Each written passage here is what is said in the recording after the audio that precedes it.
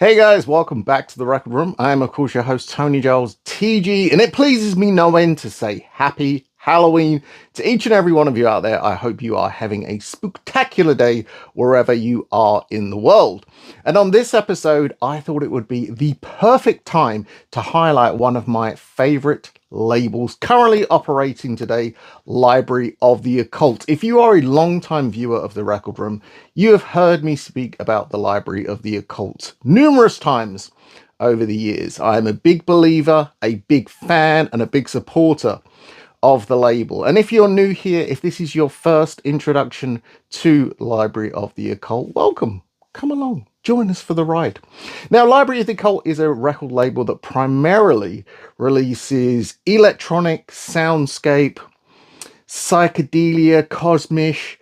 It's kind of it's occult music. It's the music that you would imagine the 1970s. Imagine, whenever I think of the Library of the Occult, I think of velvet curtains, like big, red, thick velvet curtains and ornate wooden things. I just do. It just conjures this incredible image when I think of the library itself, which I don't know many labels out there that operate with an actual image that you can think of, but that's what I think of when I think of Library of the Occult. Now, I'm a big soundtrack fan. I've spoken many times about my love for film music. Library of the Occult leans on that, you know, the kind of almost like faux soundtracks, the electronic side of things, a little bit Tangerine Dream, a little bit John Carpenter, a little bit Vangelis, a little bit here, a little bit there. There's good stuff. There is such a wealth of material. It's hard to pick a favorite, but what I'm going to do on today's episode is give you an overview of some of the latest releases from the Library of the Occult, because I was recently fortunate enough to travel down to London and visit the Library HQ. Tom, who runs Library of the Occult, is just the most awesome guy. One of the most genuine people I have met since working in the music industry, and I am so stoked to not only call him a friend, but someone that I can really get behind because I believe in what he is doing. And even though the label itself is based in kind of horror music or horror adjacent music, the Things of the Occult is still a label that puts fun into what they're doing. They recently had a live rescore of Dracula AD 72, and they chopped it up where every time Peter Cushing was on the phone, instead of talking to whomever he was talking to in the film, he was chatting to the operator. Now, who is the operator? Well, I don't know who the operator is. But what I do know is at that event, they had a super limited 5-inch lathe cut single. Now, on this single is the music that was featured in the trailer for the event. But it's just such a fun little thing. Who is doing 5-inch lathe cut singles? Not many folks. They are all in on the fan service, and I am well and truly up for it. And if that is any indication of the music that is to come from the operator, sign me up. I am well and truly on board. I've got a bunch of great stuff that I want to show you, and this could be the perfect soundtrack to your Halloween, my Halloween, anyone's Halloween. There is something for everybody here if you are into the electronic occult arena. And even just the musical arena, actually, thinking about it. One of my favorite records in this is barely an electronic note on it. It's just great. But I'm going to kick things off with Klaus Morlock's Fireside Spells. Now, this is kind of an album that encompasses almost everything that the library stands for. It's a bit occult, a bit soundtrack, a bit psychedelia. It's great. It's just a great album. And I've got my readers here because I am an old man, and I'm going to read from the Obi here because the Obi captures what this record is really about. So we have here, gaze into the flickering flames and watch the shadows dance. Klaus Morlock leads a hypnotic wander through a time-warped otherworld where dark figures await and nothing is quite as it seems. Fireside Spells journeys from the woodland folk songs of days gone by on its title track, 60s psychedelia with Henderson Makes Time, to cosmic space synth with A Gathering Before Dawn, conjuring immersive visions as folklore and futurism meet for a mystifying experience full of potent magic. Excellent words there from Liz Scarlett. And it really does sum up how great this album is. There is something for everybody on here. It really does have that. And I got, Obi strip, Obis are very popular, but just, it works. When it works, it works. And when it works, I'm a big fan. Love the cover. Love this cover. Love this artwork. Recordings from Library of the Occult. And this is the first pressing on cream vinyl, which is very nice. So you have the album center there, and then the really killer library label there. This is a great one to start or end your Halloween day. It really is. That's probably, that one was first because that's the one I've listened to most, but there are more, and I am here for it to relate to you. Now, next, from my bag of tricks. And before I say that, before I carry on, if you're interested in checking out any of these albums, all streaming on Bandcamp right now, I will leave a link down below. Click it, go listen to any of this. You don't have to have these in physical form to enjoy listening to them. No. Next up is Bog Summoner by The Cube of Unknowing. What a fantastic name, The Cube of Unknowing. Limited pressing of 400 copies on bog green vinyl. Do love me a good bog. You all know I'm a fan of the Putrid Marsh and the swampy sounds. So there we go. That's bog green vinyl for you. And this one is, if I had to use a word to describe this album, it would be heavy. And not heavy as in the kind of Morbid Angel. No, this album is heavy. It's dense. It's thick. And I love it. I really do love it. Notes this time come from Neil Mason from Moon Building Weekly. File under electronic, cosmic, and library music. The Cube of Unknowing's Bog Summoner comes on like it's beaming in from a far distance galaxy and rung gently through a Berlin school mangle. Right there tells me everything I need to know. Tweaking his machines within an inch of their oscillators, Irish-born Berlin-based composer and sound artist Francis Heery, I believe that is Beery, apologies if I'm saying that wrong, serves up a deliciously gentle cosmic swirl. Like a kettle building a head of steam, the Cube of Unknowing keeps the suspense at boiling point. This is a record that builds and builds, teetering tantalizingly on the brink for its entire 45-minute duration. And that is 100% true, ladies and gentlemen. As I said, it's a heavy record. It's dense. 45 minutes of just power, just beaming into you. Love me, The Cube of Unknowing. I really do. Bog Summoner, what a great name. What a great name.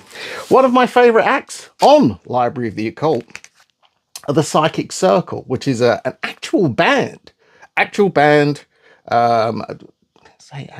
is an actual band. They've played live.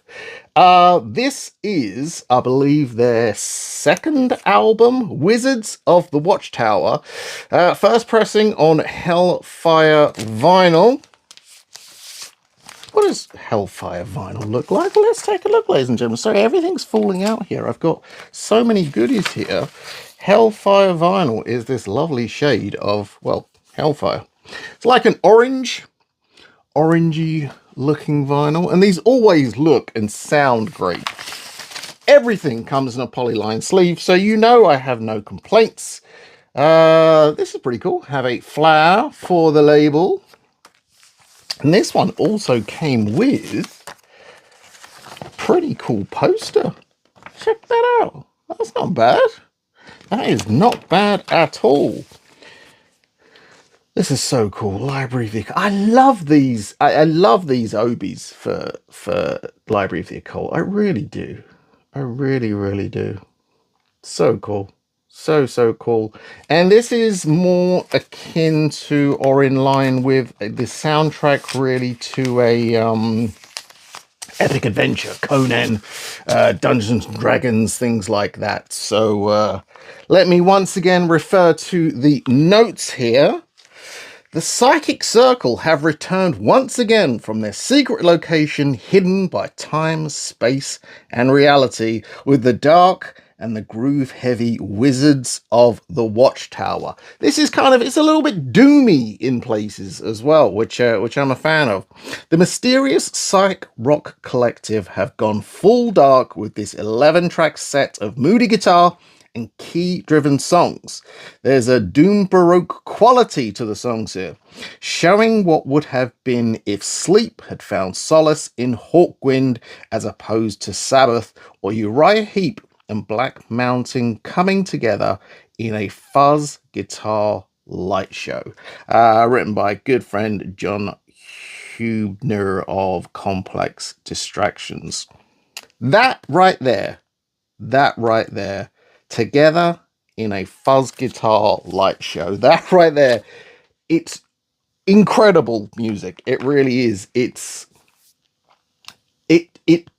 reminiscent of a past time, but it also sounds like the future as well. I really like Psychic Circle. Check out both of their albums. Yes, that's the newest one, but the one before it was really, really good as well. Now this one right here, this is and will forever be now an absolute lock-in for any Halloween party or any kind of horror-themed event that happens in the TG domain. This is Bradley Thomas Turner's Haunted House Party, and this is essentially like a garage surf library music album with a Halloween leaning. It's like a Hanna-Barbera, like a Scooby-Doo cartoon come to life, pressed onto vinyl. It is absolutely fantastic. Of all the records I should recommend today to listen to for a Halloween party, this right here, the Haunted House Party, is what you need. It really, really is. This is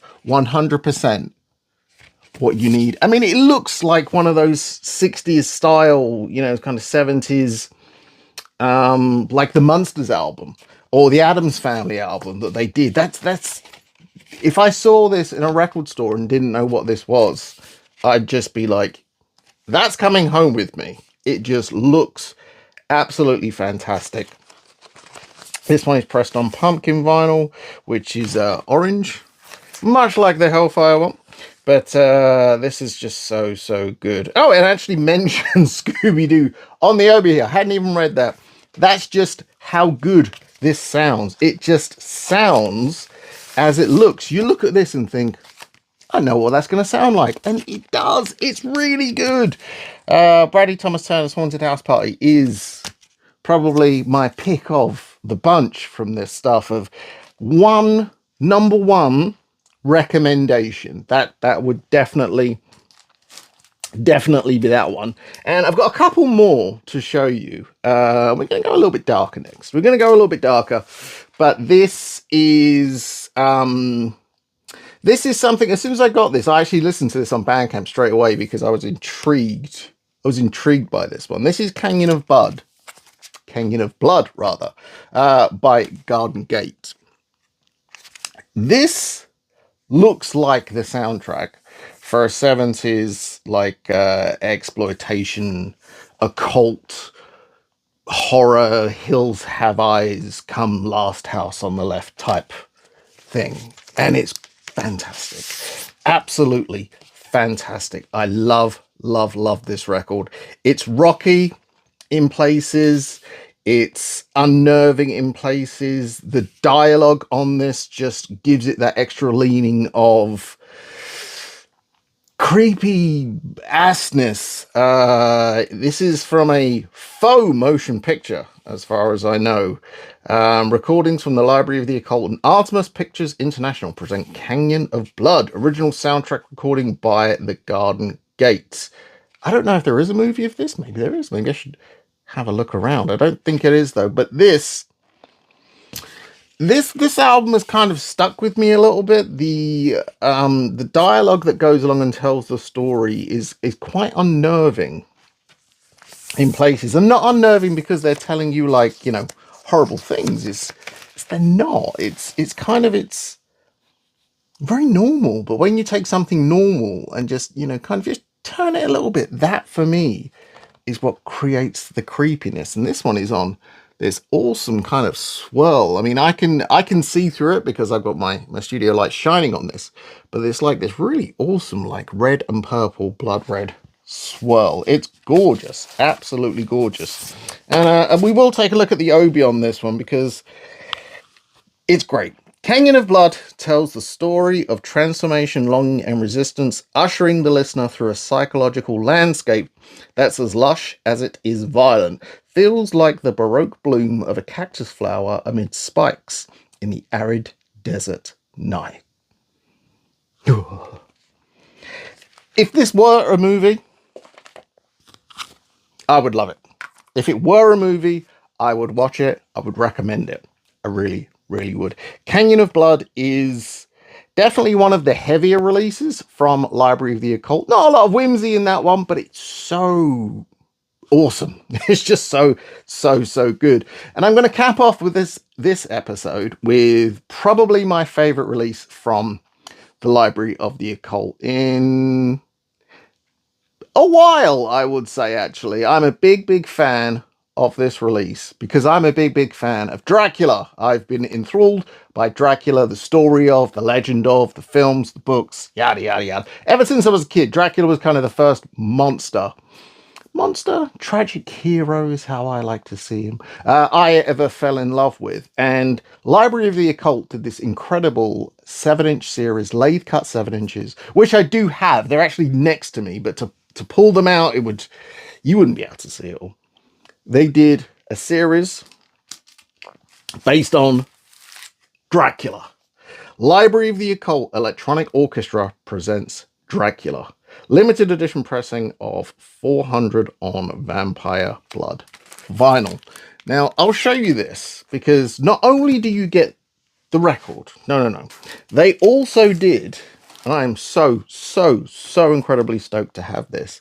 They also released their own paperback version of the Bram Stoker novel with the Library of the Occult branding. And this, I mean, this is so cool. This is so unbelievably cool. I have such love and reverence for the fact that Library of the Occult have done this. It's so cool. I have a collection of the novel Dracula.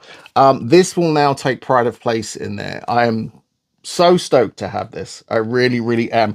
And so stoked to have actually played a small part in this album because the library notes on this one were actually written by one Tony Giles of the Record Room. Yes, 'tis I. I wrote the notes for this because I'm such a fan of this record. I used to love getting I think it was monthly. I'd love getting the lathes in the post and just listening to the tracks, which like, oh, this is really cool. Like, it's telling a different part of the story, which is great. There you go. This is like it's like a blood red marble vinyl. And it's packed full of music as well. It's absolutely packed full of music. And it's classed here as music by the Library of the Occult Electronic Orchestra because it's so many people. We've got the Psychic Circle, the Night Monitor, Hennig Zinoviev and Floating Candles, Timothy Fife, Ivy Chalice, who's another fantastic one, Hologram People, the Narcoleptor, Chiron, Dream Division, Black Mountain Transmitter, and Hawksmoor. Right there, it's a murderer's row of artists working in the electronic field that kind of gear some of their stuff towards the occult, the mystery, which I'm just such a fan of. And the artwork on this is so cool. I mean, it's just fantastic. I look at this record and it makes me happy, you know, and that's ultimately what art should do, right? You should look at it and it should make you happy. And I'll be honest with you, I did write these notes a while ago, so I am going to read through them. But time. In 1897, Bram Stoker would unleash a creation so powerful we are still enthralled 125 years later, which is 100% true. Bram Stoker's Dracula would capture hearts and minds worldwide due to the novel's epistolary text and its myriad of extraordinary characters. Countless adaptations have seen release through the years, but until now, none have captured the journey quite the way Library of the Occult have. And it's true, each of the tracks here brings a different part of the story to life. From the psych rock of the Psychic Circle, the unnerving soundcraft of the Night Monitor, and the folk soul of the Hologram People, through to Chiron's electronic wizardry and Dream Division's Giallo-esque sound, the library creates a sonic score fit for the ages, much like the source material. I couldn't have said it better, because I did say it. That's right there. It's okay for me to say that. I love Library of the Occult. I'm so happy to be able to record an entire episode dedicated to Library of the Occult. As I said before, it's not an ad. I just love the label. I love what they do. It's not hard to get behind them and support everything they're doing. So if you are new to them, jump on board. Now is a great time to do so. But that's it for this episode. Thank you so much for joining me for this Library of the Occult deep dive on Halloween 2025. I hope you have enjoyed it. But are you already a fan out there? Have you picked up any of the Library of the Occult releases? You know, I'm going to drop that link down below, so check it out. Let me know what you think. Let me know what is tickling your fancy, and I'll be back with you very, very soon. But until then, stay gold and spin those blackest circles.